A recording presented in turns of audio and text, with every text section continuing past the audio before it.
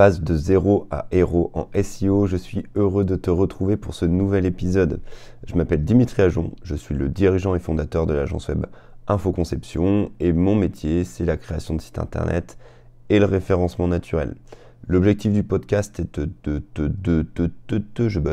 te donner des conseils pour améliorer ton référencement naturel par toi-même. Et comme tu viens de l'entendre, c'est un podcast où il n'y a pas de montage et pas de réécoute. Aujourd'hui, je voulais te parler d'un sujet de référencement qui est en fait plutôt une question assez récurrente. Comment optimiser le référencement d'une landing page, c'est-à-dire d'une page de vente?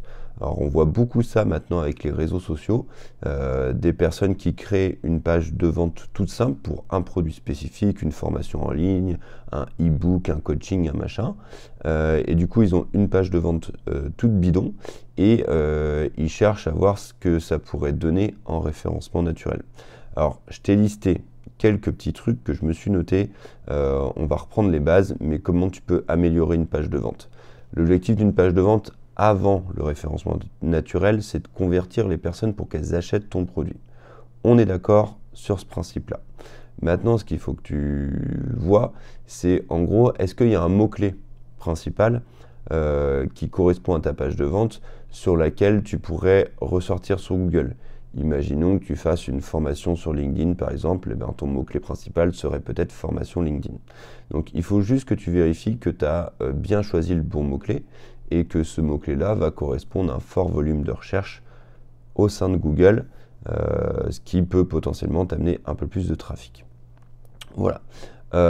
Et maintenant que tu as ton mot-clé, il faut que tu fasses en sorte que dans l'ensemble de tes textes, ton mot-clé principal il soit au centre de ton texte. C'est-à-dire que régulièrement, tu vas réemployer ton mot-clé principal dans tes textes, donc dans ton titre, dans tes sous-titres, dans tes descriptions, etc.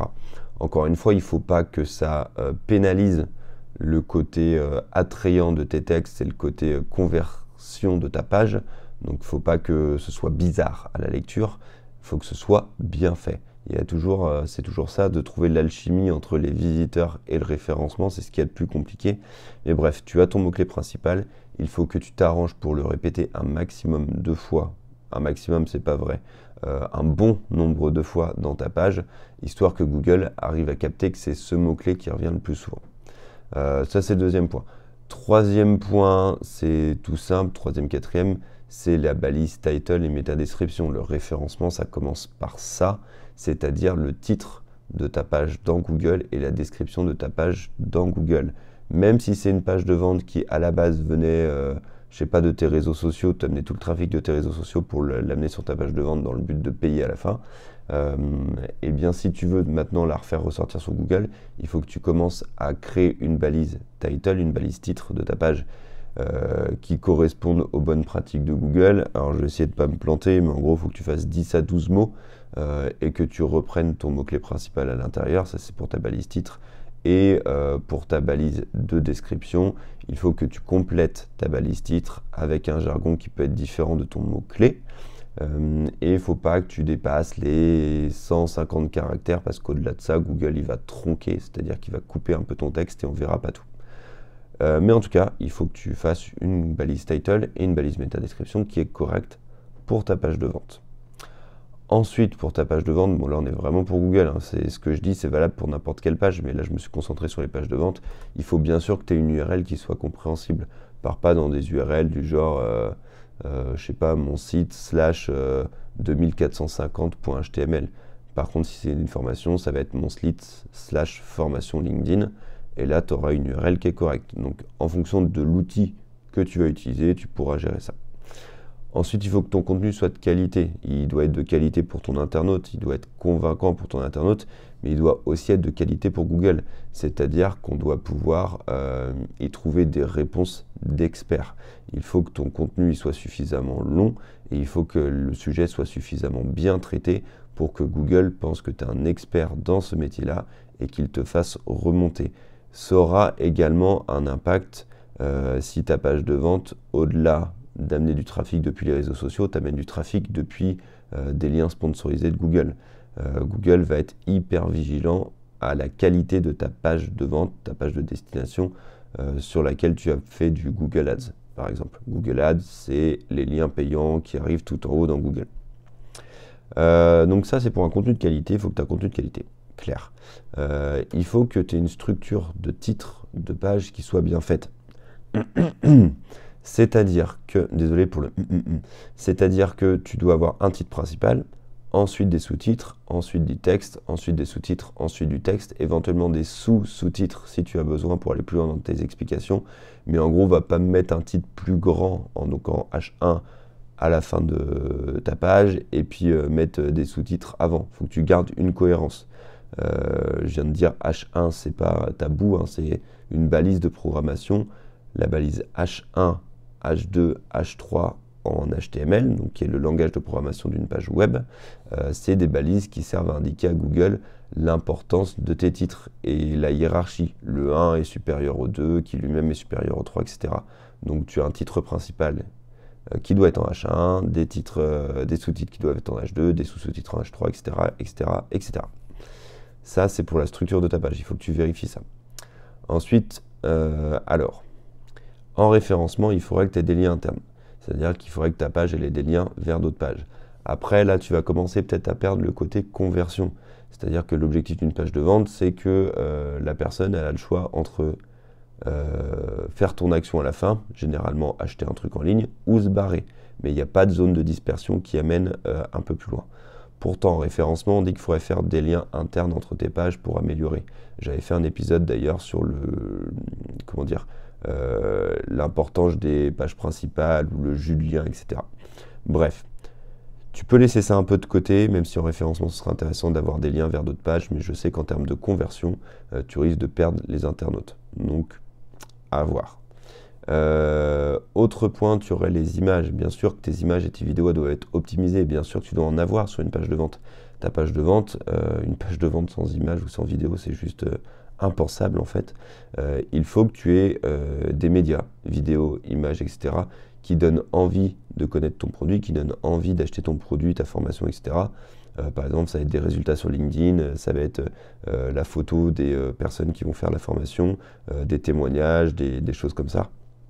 Il faut que tes images elles soient optimisées, donc qu'elles soient au format nouvelle génération. J'avais fait un podcast là-dessus, un épisode, le WebP. Il faut que elles soient pas trop grandes par rapport à la taille d'affichage, c'est-à-dire que tu n'envoies pas une image de 1000 pixels par 1000 pixels si l'endroit où tu l'affiches dans ton site fait que 400 pixels par 400 pixels, ça n'a pas de sens. Voilà, il faut qu'elles soient compressées. Tu as un excellent outil pour les images, j'en avais parlé, du coup je te le redonne, ça s'appelle Scoosh. Et puis pour les vidéos, c'est la même chose.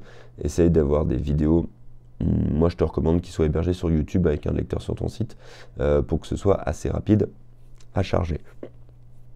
Pardon, c'était un bailliage en direct, je suis désolé. Il est 7h45 à l'heure où j'enregistre cet épisode. Donc voilà, il y a encore plein de choses à dire là-dessus, on va continuer. Il faut que ta page de vente, elle ait un appel à l'action qui soit clair, donc ça c'est plutôt sur le côté vente. Ne demande pas 30 000 choses à la fois, demande-en qu'une qui revient régulièrement, du genre acheter la formation, lancer la formation, débuter la formation. Et ça, ce sera très bon également pour une page de vente où ta source de trafic c'est du Google Ads, des campagnes de liens sponsorisés sur Google, parce que Google aura identifié très clairement l'objectif de ta page. Il faut bien sûr que ta page de vente elle soit compatible mobile, ça c'est logique, et il faut que ta page de vente elle soit optimisée pour le temps de chargement. Donc je reviens sur le côté, les images, comment elles sont mises, et puis ce qu'on appelle la mise en cache dans le cadre de création d'un site internet ou d'une page. Bref, va sur Google PageSpeed et regarde le temps de chargement de ta page. Il faut l'améliorer, il faut que tu sois au-dessus des 90 sur le premier indicateur. Ensuite de ça, ta page de vente, il faut qu'elle ait des avis. Idéalement, reprends des avis de ta fiche Google My Business si ça a du sens. Ça peut être vraiment intéressant, mais il faut que ta page de vente, elle ait des avis, ça va rassurer tout le monde. Et puis après, tu n'as plus qu'à faire des tests. Hein. Une page de vente, c'est pas destiné à être statique. Fais des tests, teste des choses pendant un mois, change un petit peu, reteste pendant un mois, c'est de l'A/B testing, et tu vois ce que ça donne en termes de conversion.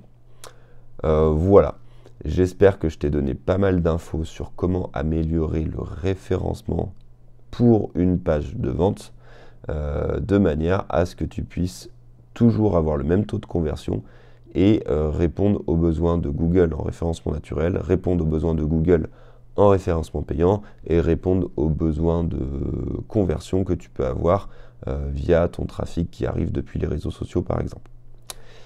Et bien on est pas mal pour aujourd'hui. Si tu découvres le podcast, bienvenue, abonne-toi, comme ça tu ne louperas pas les prochains épisodes. Je fais des capsules de 5 à 10 minutes généralement. Mes notes sur la plateforme de ton choix, ça me fait très plaisir, je vois les notes qui évoluent et c'est vraiment top, merci beaucoup. Je remercie, petite bise au sponsor SEMrush qui soutient le podcast, merci encore à vous les copains. Si tu as des questions, tu peux les poser directement sur Insta, Dimitri Ajon, ou venir te connecter à moi sur LinkedIn, il n'y a aucun problème, je ne mords pas. Et puis je te souhaite une belle journée, prends soin de toi, prends soin de ton référencement. À demain pour le dernier épisode de la semaine. Ciao!